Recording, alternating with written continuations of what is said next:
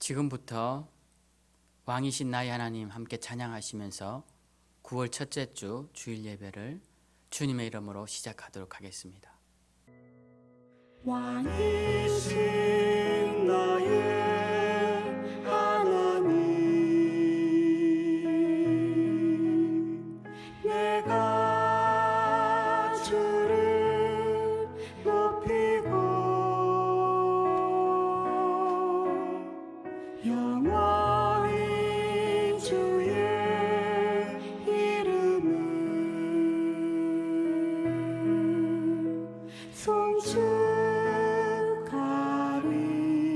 송축하리이다.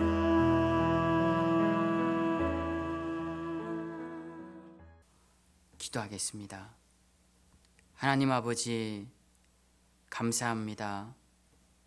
오늘도 우리 가운데 예배의 자리로 인도하시고 거룩하신 하나님의 이름을 기억하며 하나님께 영광 돌릴 수 있는 자리로 저희들 삶의 자리에서 시간을 구분하고 장소를 구분하여 예배드리게 하심을 감사드립니다.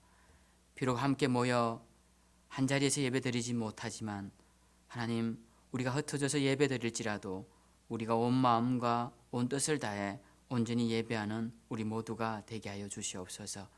이 시간 우리 삶의 자리에서 드리는 예배를 주님 허망하여 주시고 우리 삶 가운데 임재하여 주시며 이 어려운 시기에 믿음 잘 지켜 하나님께 영광 돌리는 거룩한 주의 백성들이 되도록 하나님께서 함께하여 주실 줄 믿고 이 예배의 시간을 주님께 의탁드리며 주님 홀로 영광 받아 주시길 원하오며 살아계신 예수님 이름으로 기도하옵나이다.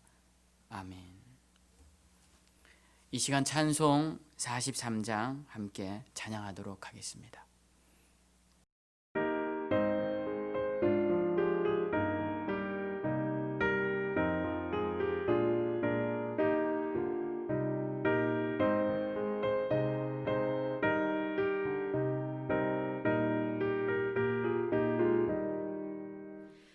즐겁게 안식할 날, 반갑고 좋은 날, 내 맘을 편케 하니 즐겁고 기쁜 날, 이 날에 천하 만민 다 보좌 앞에서 참되신 삼위일체 다 찬송 부르네.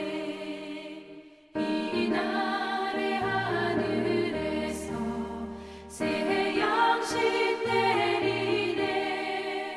성회로 모이라고 종소리 울리네. 복음의 맑은 빛은 온 세상 비치며 또 영생물이 흘러 시원케 하시네. 이 주를 지킴으로 새 은혜 입어서 영원히 쉬는 곳에 다 올라갑시다. 성부께 찬미하고 성자와 또 성령 참되신 삼위일체 다 찬송 부르세.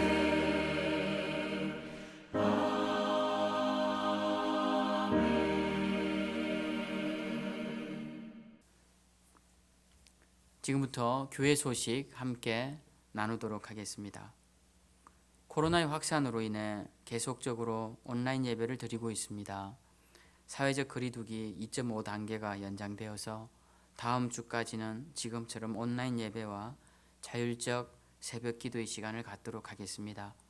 코로나 확산세가 멈추어져 함께 예배 드릴 수 있는 날이 속히 오기를 다 함께 기도해 주시기 바랍니다. 이 시간 성경 함께 보도록 하겠습니다. 말씀 시편 37편 7절에서 8절 말씀입니다. 제가 읽겠습니다. 여호와 앞에 잠잠하고 참고 기다리라. 자기 길이 형통하며 악한 꾀를 이루는 자 때문에 불평하지 말지어다. 분을 거치고 노를 버리며 불평하지 말라. 오히려 악을 만들 뿐이라. 아멘. 오늘은 깨진 유리창을 치워라 라는 제목으로 말씀을 함께 나누고자 합니다. 빨간 불에 횡단보도를 건너는 사람을 막을 수 없다면 집으로 들어오는 강도도 막을 수 없다. 1994년 뉴욕 시장으로 취임한 루돌프 줄리아니의 말입니다. 당시 뉴욕시는 세계 최고의 도시라는 이미지와 함께 범죄율도 최고를 달리는 심각한 우범 지역이었습니다. 많은 역대 시장들이 이 문제를 해결하려고 했지만 실패했습니다. 이 새로운 시장은 뉴욕시의 범죄율을 낮추기 위해 경찰력을 동원해 대대적인 범죄 소탕 작전에 들어갔습니다. 그런데 그들이 처음 손댄 것은 살인이나 마약, 강도 같은 강력 범죄가 아니라 아주 사소한 경범죄들이었습니다. 예를 들면 주차된 차 유리를 부수거나 길거리 벽에 낙서를 하거나 무임승차하는 사람들, 이런 사람들을 대대적으로 잡아들이면서 강력한 처벌을 내린 것입니다. 그와 동시에 강력 범죄는 더더욱 엄격하게 처벌할 것이라는 메시지를 시민들에게도 계속 전달했습니다. 처음에는 대다수의 사람들이 그 효과에 대해 의문을 가졌습니다. 그러나 결과는 놀라웠습니다. 연간 2,200건에 달하던 살인사건이 순식간에 1,000건 이상 감소한 것입니다. 사실 이 사건은 1982년에 제임스 윌슨과 조지 켈링이 애틀란타라는 월간지에 발표한 범죄학 이론, 깨진 유리창의 법칙을 적용한 사례입니다. 이 이론은 건물 주인이 깨진 유리창을 그대로 방치해두면 지나가는 아이들이나 행인들이 또 돌을 던져 남아있는 부분까지 깨뜨리고 더 나아가 그 건물에 절도나 강도 같은 강력 범죄가 일어날 가능성이 더 높아진다는 이론입니다. 즉 깨진 유리창 하나가 그 지역 사회의 질서를 무너뜨릴 수 있다라는 이론입니다. 잘 나가던 기업이 위기를 맞거나 큰 공동체가 깨어진다거나 부부가 큰 싸움 끝에 헤어지거나 일생 동안 쌓아올린 한 개인의 업적이 사라진다거나 하는 이런 일들의 원인을 살펴보면 대부분이 작은 실수들로 시작되고 또 작은 실수들이 반복되므로 큰 문제로 확산되는 것을 보게 됩니다. 오늘날 우리 신앙에서도 마찬가지라는 생각을 합니다. 신앙이라는 것이 대단한 사고의 철학적 체계를 세우고 신존재 증명이라는 거대한 담론을 만들어내어 내 일생의 엄청난 결정과 결단을 통해 확정되거나 유지되는 그러한 일들만이 아니라는 것입니다. 인생에서 한두 번 획기적인 그러한 사건과 경험은 할 수 있겠지만 신앙생활은 내 삶의 작은 유리조각들을 정리하며 유지시켜 나가는 일이 훨씬 많은 부분을 차지한다라는 것입니다.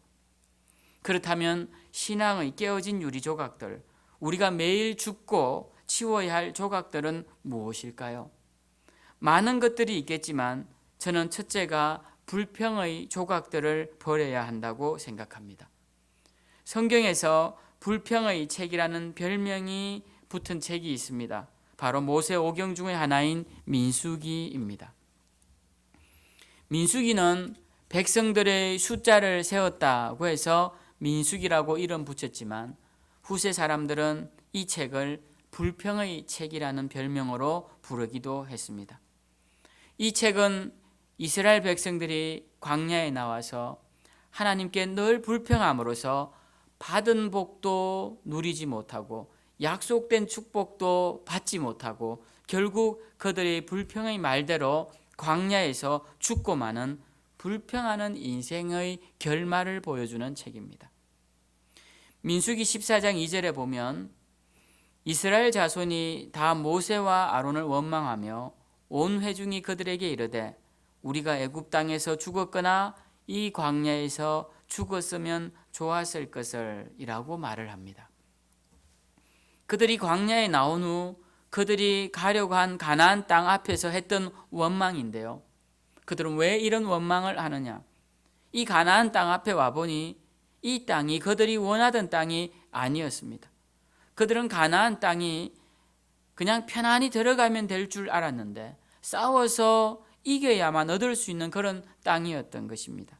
그리고 그 싸워야 할 대상이 이기기에는 너무 강해 보였기 때문에 그들은 그 앞에서 실망하고 원망의 말을 내뱉게 된 것입니다. 그때 했던 원망과 불평의 말이 차라리 이 광야에서 죽었으면 좋겠다라는 것이었고, 그 말대로 그들은 광야에서 대부분 죽게 됩니다. 이런 일을 성경을 통해서 보면 원망은 참으로 무서운 말이다라는 생각을 하게 됩니다. 큰 고난과 어려움 가운데서도 우리는 원망의 말을 하지 않도록 우리의 입술을 지켜야 한다라는 생각을 하게 됩니다. 그런데 이 원망보다 더 무서운 말이 있다고 생각합니다. 저는 그것이 불평의 말이다라고 생각합니다. 우리나라 말로는 불평과 원망을 나눌 때 원망은 어려움을 당하거나 실제로 큰 고난이 왔을 때 그 책임을 따지며 하는 말이다라고 한다면, 불평은 평소에 어려운 일이 오지 않아도 매사에 습관처럼 투덜거리는 행위를 불평이라고 할 수 있습니다. 성경은 이 두 말을 섞어서 사용하지만 우리가 삶 가운데 더 조심해야 하는 것은 불평의 말이다라고 생각합니다. 불평이 습관이 되어 있는 사람은 어려움과 고난 앞에서 여지없이 원망을 하게 되어 있습니다. 그러나 감사가 습관이 되어 있는 사람은 고난과 어려움 속에서도 감사의 제목을 발견하고 인내하며 승리의 삶을 살아내는 것입니다. 신앙에서 깨어진 유리 조각들이 어떤 것이 있을까요? 저는 이 불평의 언어들이 바로 우리의 신앙을 어지럽히는 유리 조각이다라고 생각합니다. 그래서 우리는 삶의 유리 조각, 불평의 유리 조각들을 버려야 하는 것입니다. 오늘 읽었던 본문인 시편 37편 7절에서 8절 말씀에 보면 여호와 앞에 잠잠하고 참고 기다리라. 자기 길이 형통하며 악한 꾀를 이루는 자 때문에 불평하지 말지어다. 분을 거치고 노를 버리며 불평하지 말라. 오히려 악을 만들 뿐이라 라고 말씀하고 있습니다. 불평은 대부분 할 만한 이유가 있습니다. 이유 없는 불평은 없습니다. 그런데 성경은 불평에 대해서 한 번도 긍정적으로 평가하지 않습니다. 그럴만 하다고 말하지 않습니다. 특히나 습관처럼 늘 하는 불평은 오늘 읽은 본문의 말씀처럼 결국 악을 만들 뿐임을 성경은 우리에게 가르쳐주고 있습니다. 우리는 불평의 언어들이 내 삶에 중요한 영향을 끼친다는 사실을 잘 모르고 살아갈 때가 많습니다. 함부로 흘려버리듯 하는 이 언어가 내 삶의 파편이 되어 이리저리 어지럽히고 있다는 사실을 잘 모릅니다. 그러한 불평의 언어들이 내 모습을 규정하고 그러한 불평의 언어들이 나의 정체성을 채워나간다는 사실을 잘 모르고 살아가는 경우가 많다는 것입니다. 그러나 우리 그리스도인들은 이러한 불평의 언어를 사용하는 것에 늘 조심해야 합니다. 그것이 나오는 순간 빨리 우리는 감사의 언어로, 기쁨의 언어로, 찬양의 언어로 바꾸어야 합니다. 이 작은 습관이, 그 바꾼 작은 생각들이 결국 내 삶의 흐름과 방향을 바꿀 것입니다. 토론토 대 심리학 교수인 조던 피터슨이 쓴 12가지 인생의 법칙이란 책에서 6번째 챕터를 보면 독자들에게 이렇게 권면합니다. 세상을 탓하기 전에 방부터 정리하라. 불평과 불만의 말을 하기 전에 나에게 주어진 가장 기본적인 일에 충실하라라는 말일 것입니다. 그는 그 챕터 말미에 몇 가지 질문을 던지는데요. 인용하면 이렇습니다. 당신은 자신에게 주어진 기회를 100% 활용해 왔습니까? 당신은 직장에서 전력을 다해 일하고 있습니까? 당신의 형제와는 잘 지내고 있습니까? 당신의 배우자를 존중합니까? 당신의 자녀들을 애정으로 대하고 있습니까? 건강과 행복을 파괴하는 나쁜 습관은 없습니까? 주변을 더 좋은 곳으로 만들기 위해 하는 일이 있습니까? 이렇게 질문합니다.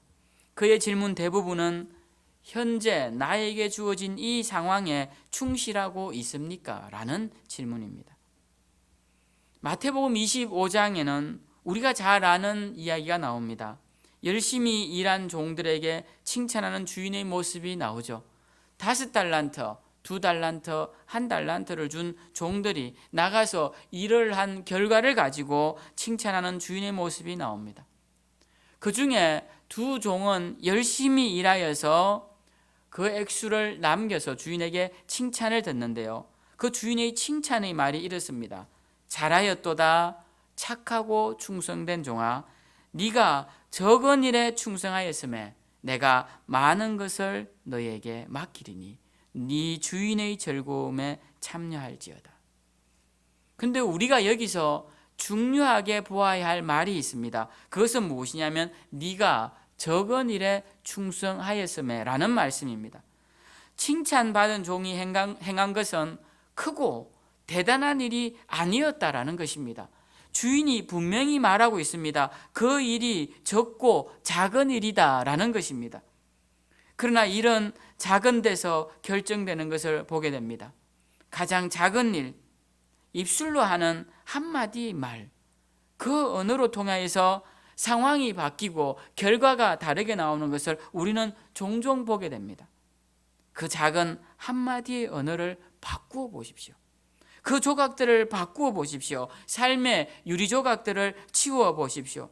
우리 입술로 나오는 불평의 언어들을 주워버리고 다른 언어들로 바꾸어 보십시오. 불평보다 감사가 먼저 나오고, 원망보다 은혜가 먼저 나오고, 분노보다 기쁨이 먼저 나온다면 그때부터 여러분의 삶은 찬란하게 빛날 것입니다. 분명 오늘보다 내일이 더 나은 복된 삶을 살게 될 것입니다. 2번째, 유리조각을 치워버리는 행위는 빛과 소금으로 나아가는 일일 것입니다. 마태복음 5장 13절에 보면 우리를 향하여서 성경이 이렇게 규정하는데요. 너희는 세상의 소금이니 소금이 만일 그 맛을 잃으면 무엇으로 짜게 하리요? 후에는 아무 쓸데없어 다만 밖에 버려져 사람에게 밟힐 뿐이니라. 우리는 세상의 소금이다 라고 말씀하십니다.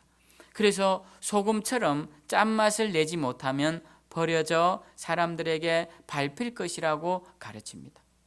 또 이어서 성경 우리에게 너희는 세상의 빛이니 빛은 비추어져야 한다라고 말씀하십니다. 그러면서 소금의 짠맛과 세상을 밝히는 빛이 되어라 라고 하시는데요. 그러면 소금의 짠맛은 무엇이고 세상을 밝히는 빛은 무엇을 의미할까요? 이 2개가 의미하는 바가 무엇일까요? 성경은 그 답을 가르쳐주고 있습니다. 마태복음 5장 16절에 보면 이같이 너희 빛이 사람 앞에 비치게 하여 그들로 너희 착한 행실을 보고 하늘에 계신 너희 아버지께 영광을 돌리게 하라고 되어 있습니다. 즉 우리의 착한 행실이 세상의 빛이 되고 세상의 소금이 된다는 말씀입니다. 불평이 개인의 삶을 어지럽히는 유리조각이라고 한다면 불의와 불법은 공동체의 유리조각이 됩니다. 교회들이 세상의 빛이 되는 방법은 어디 있을까요? 오늘 말씀이 가르치는 대로 교회들이 선한 행실을 세상 가운데 드러내는 것입니다. 이것을 다른 말로 하면 교회들이 저지르는 악행들을 제거하고 교회라는 이름으로 행하는 불의한 일들을 멈추어야 한다는 것입니다. 그리스도인이라는 이 아름다운 이름으로 명명되어진 우리가 세상에서 가장 밝게 빛이 날 때는 선한 행실로 사회에 유익을 끼칠 때입니다. 그리스도인들의 삶의 의무는 가장 가까운 곳에서 선을 행하는 것입니다. 만약 우리가 선을 행하지 않는다면 오늘 마태복음 말씀처럼 우리는 세상에서 맛을 잃고 버려진 소금처럼 쓸데없는 물건 취급을 당할 것입니다. 우리는 오늘부터라도 내가 어떤 선한 일을 할 것인가 라는 생각을 하며 살아야 합니다.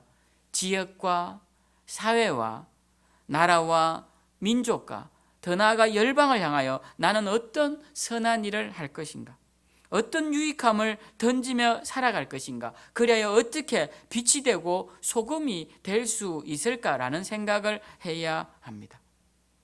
우리가 빛이 되고 소금이 된다면 예수 그리스도 그 이름도 높아질 것이며 우리도 주님의 기쁨과 자랑이 될 것입니다. 그렇다면 이보다 더 기쁘고 가치 있는 일이 어디에 있겠습니까? 오늘날 한국 교회는 그동안 한국의 근현대사에 미친 수많은 유익한 영향에도 불구하고 그 공로가 왜곡되고 폄하되어 사회적 비난의 대상이 되어가고 있습니다. 교회가 갖고 있는 긍정적 순기능은 무시되고 부정적 모습들만 부각되고 있습니다. 이럴 때일수록 우리 교회들은 어떻게 해야 할까요?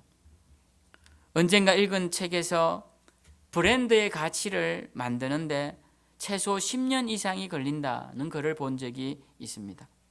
우리는 아직도 중국제, 메이드 인 차이나라는 이름 속에서 싸구려, 짝퉁이라는 이미지를 함께 떠올립니다. 이 이미지를 바꾸는 데는 상당한 시간이 걸릴 것입니다. 우리 그리스도인, 교회, 예수 믿는 사람들이라는 말 속에 언제쯤 우리는 선한 사람들, 정직한 사람들의 이미지를 다시 회복할 수 있을까요? 물론 세상은 끊임없이 우리를 비난하고 공격할 것입니다. 우리 교회들이 신뢰를 회복하도록 결코 내버려 두지 않을 것입니다. 그럼에도 불구하고 우리 교회들은 꿋꿋이 빛을 잃지 말아야 합니다. 맛을 잃지 말아야 합니다. 그 빛과 맛을 잃지 않는 것은 계속적으로 사회에 교회가 선한 영향력, 선한 행실을 보여주어야 한다는 것입니다. 우리의 선한 행실로 예수 그리스도를 온전히 전할 수 있는 교회 공동체가 되어야 합니다. 이를 위해 우리 생명샘 교회는 기도해야 할 것이고 앞으로 지역사회에 유익한 영향력을 끼칠 좋은 생각들, 아이디어들을 함께 찾아 나가야 할 것입니다. 지금은 교회들에게 어려운 시대입니다. 상가에 있는 교회들은 철거를 하고 대출로 어렵게 건축한 교회들은 경매의 무더기로 나오고 있습니다. 물론 교회뿐 아니라 모두가 어렵습니다. 그렇지만 교회들은 물질적으로 어려운 것뿐만 아니라 정신적으로도 어려운 시대를 보내고 있습니다. 이럴 때 우리는 더더욱 우리 교회들 앞에 어지러진 유리조각부터 치우며 세상의 빛과 소금이 되려 노력해야 할 것입니다. 세 번째는 우리가 이 모든 일들을 통해 나아가야 할 방향이 무엇인지에 대해 함께 말씀을 나누고자 합니다. 개인의 삶의 유리조각들을 다 치웠다고 합시다. 그리고 교회가 선한 행실로 빛과 소금의 역할을 다 했다고 합시다. 이렇게 다 치워 내 삶을 찬란하게 하며 교회의 선한 영향력을 세웠다고 했을 때 그 다음 우리가 해야 할 일은 무엇일까요? 우리가 이 모든 일들로 통해 최종적으로 이루어야 할 일이 무엇일까요? 빌립보서 3장 14절에 사도 바울은 이런 고백을 합니다. 표대를 향하여 그리스도 예수 안에서 하나님이 위에서 부르신 부름의 상을 위하여 달려가노라. 그는 표대를 향하여 나아간다고 말합니다. 그의 표대는 무엇이었을까요? 사도 바울은 원래 민족주의자였습니다. 그리고 율법주의자였습니다. 그는 율법을 지키며 모세오경을 기반으로 하는 유대 사회를 지켜나가길 원하던 청년이었습니다. 그런데 그가 예수님을 만나고 그의 인생의 목적과 목표 지점이 바뀌었습니다. 우리가 잘 아는 대로 예수 그리스도 그 이름으로 사람을 구원받게 하는 것이 민족을 위한 일이며 더 나아가 온 세상을 위한 일임을 바울은 알게 되었습니다. 그는 그때부터 이방에 흩어져 있는 유대인들을 위하여 그리고 이방 사람들을 위하여 복음을 전하기 시작했습니다. 이 목적은 그가 무엇을 하든 흔들리지 않는 최종 목표였습니다. 이 최종 목표가 분명하였기 때문에 이 목표가 달성되는 일이라면 어떤 일도 용납이 되었습니다. 바울은 예수 그리스도 그 이름이 전거되는 일이라면 자신을 향한 모욕과 질투도 참아냈습니다.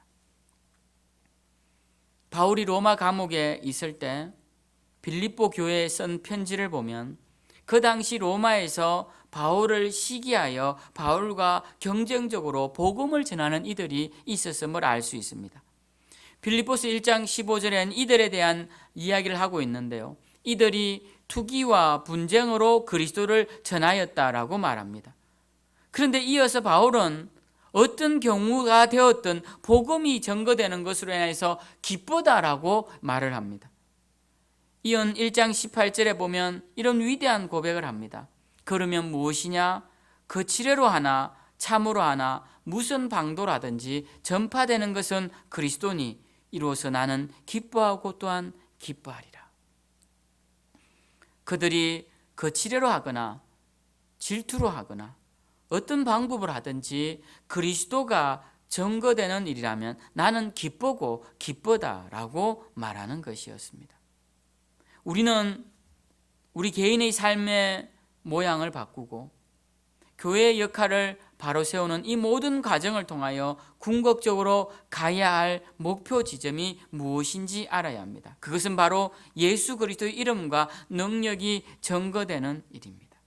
이것이 가장 우선이며 이것이 가장 중요한 일이며 이 목적이 우리 모든 행동의 가치와 의미를 판단하는 기준점이 되어야 한다는 것입니다. 바울의 표대는 분명합니다. 예수 그리스도 그 이름이 전거되는 것이었습니다. 그는 이 표대를 향하여 매진한 사람이었습니다. 그가 세운 교회 공동체도 이 목적을 향해 나아가는 사람들의 연합체였습니다. 분명한 목적은 삶의 원동력입니다. 목적 없는 삶만큼 지루하고 허무한 인생은 없습니다. 어느 작가의 글을 한번 읽어보겠습니다. 내 상황은 참담했다. 합리적인 지식을 따르면 삶을 부인하는 것 외에 다른 길이 없다는 것을 알았다. 합리적인 지식에 따르면 삶은 사악하고 사람들도 그렇다는 걸 알고 있다는 결론에 나온다. 따라서 굳이 살 필요가 없음에도 사람들은 과거부터 줄곧 살아왔고 지금도 살고 있다. 나 자신도 삶이 무의미하고 사악하다는 걸 오래전에 알았음에도 불구하고 지금까지 살아온 것처럼 말이다. 이 말은 톨스토이가 컴패션이라는 책에서 기록한 내용입니다. 자기 회고록에서 기록한 내용이죠. 물론 그는 이 허무주의에서 돌아서게 되지만 올바른 목적을 상실한 인생의 모습을 정확하게 그려주는 글이기도 합니다. 그의 표현을 빌면 굳이 살 필요가 없는 삶, 그것이 목적을 상실한 인간의 모습이다라는 것입니다. 목적을 상실한 인간의 모습은 굳이 살 필요가 없을 뿐만 아니라 굳이 더 살 이유가 없는 삶인 것입니다. 오늘 죽거나 내일 죽거나 10년 뒤에 죽거나 20년 뒤에 죽거나 똑같은 삶이라는 것입니다. 개인의 자리를 아무리 깨끗하게 치워도 그 다음 무엇을 할 것인가를 알지 못하면 헛된 것입니다. 교회가 선한 영향력을 아무리 끼쳐도 궁극적인 목적지가 어디인지를 잊어버리면 헛된 것입니다. 우리는 늘 확인해야 합니다. 우리가 지금 어디로 가고 있는지 말입니다. 우리가 지금 무엇을 위해 이 일을 하고 있는지 말입니다. 우리가 궁극적으로 이루려고 하는 일이, 그리고 그 목적지가 어디인지 말입니다. 그것이 가장 중요합니다. 그것을 잊지 말아야 합니다. 저나 여러분 모두가 말입니다. 그리고 모이나 모이지 못하나 어떤 형태에 처해 있든지 우리는 그것이 가장 중요하다는 사실을 잊지 말아야 합니다. 우리의 목적은 예수 그리스도를 높이고 그분의 이름을 전하며 그분이 계신 곳으로 가고자 하는 것입니다. 오늘날 많은 교회들이, 오늘날 많은 목회자들이, 많은 교회의 중직들이, 또 많은 성도들이 이것을 잊어버리고 갈 때가 많습니다. 목적이 분명하면 용납될 수 있는 부분과 용납될 수 없는 부분이 명확해집니다. 저는 말씀을 정리하고자 합니다. 삶의 유리조각들을 치워버리십시오. 교회의 유리조각들을 치워버리십시오. 그리고 더 중요한 가치, 더 궁극적인 가치, 그 목적을 향해 나아갑시다. 주님이 영광 받으시는 일이라면 마음을 넓게 가집시다. 그리고 여러 가능성에 대해 열린 마음으로 대합시다. 상대를 내 틀 안에 가두어 평가하지 말고 우리가 다 예수 그리스도 그분을 위해 사는 존재라면 서로 용납하고 이해하고 힘을 합해 나아가야 할 것입니다. 저는 오늘 먼저는 여러분 개개인의 삶이 찬란하게 빛나는 아름다운 존재들이 되기를 바랍니다. 그리고 그 다음엔 우리 교회가 이 지역에 우뚝 서서 세상을 향해 그 빛이 밝히 드러나는 등대 같은 교회가 되기를 바랍니다. 그래서 우리와 우리 생명샘 교회를 통해 가장 궁극적인 목적인 예수 그리스도 그 존귀한 사랑과 희생과 은혜가 증거되기를 소망합니다. 이 일에 모두가 쓰임받는 저와 여러분, 그리고 우리 생명샘 교회 모든 지체와 교회가 되기를 다시 한번 예수 그리스도 이름으로 축원드립니다. 우리 이 시간 찬송가 177장 함께 부르면서 하나님 앞에 예물 드리고 또 우리의 마음과 정성을 드리도록 하겠습니다. 하나님 아버지, 감사합니다. 우리에게 목적 없는 삶, 그래서 오늘을 살아도 내일을 살아도 10년을 살아도 똑같이 허무한 삶이 아니라 단 하루를 살아도 의미 있고 가치 있는 삶이 무엇인지를 깨닫게 하심을 감사드립니다.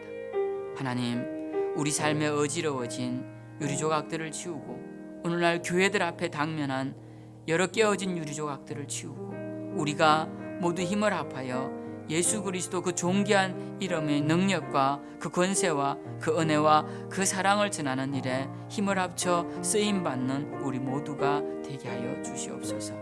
주님, 먼저는 우리 생명샘 교회 성도님들 가정 우리 식구들을 기억하여 주시옵소서.